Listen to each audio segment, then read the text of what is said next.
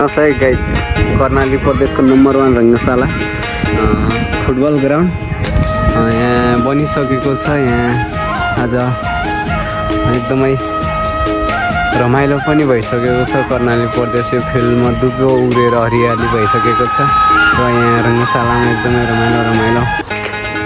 रमाइलो खेल हुन्छ। फुटबल ग्राउन्ड बनिसकेको छ र यहाँ आज केपी बा पनि आउने भन्ने कुरो भइरहेको छ। केपी बा अहिले हुनुहुन्छ मध्यपश्चिम विश्वविद्यालय परिवार कलेजमा हुनुहुन्छ। त्यहाँ चलिरहेको छ एकदमै ठुलो अधिवेशन कार्यक्रम चलिरहेको छ। उहाँ कार्यक्रममै सहभागी हुनुहुन्छ र यहाँ आउनु पाउनु भएको छैन, अहिले आउनुहुन्छ। त्यसैले म पनि यहाँ रङ्गशालामै छु।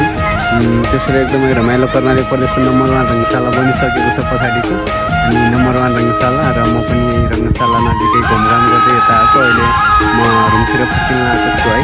रङ्गशाला एकदमै रमाइलो छ गाइज, अनि पछाडि पनि एकदमै रमाइलो छ, देखिरहेको छ, सबैले देखिरहेको छौँ।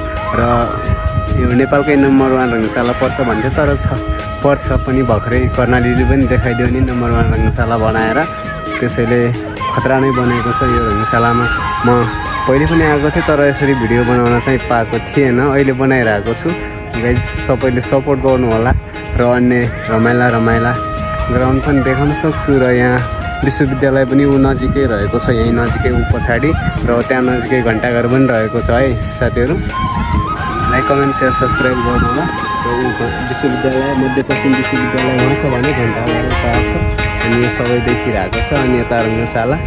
त्यसैले अब म यो रङ्गशालामा उपस्थित भइसकेको छु र अब म रुमतिर फर्किन लागेको छु। हस्, बाई बाई, फेरि भेट्नेछौँ भन्ने साथमा म रुम फर्किँदैछु।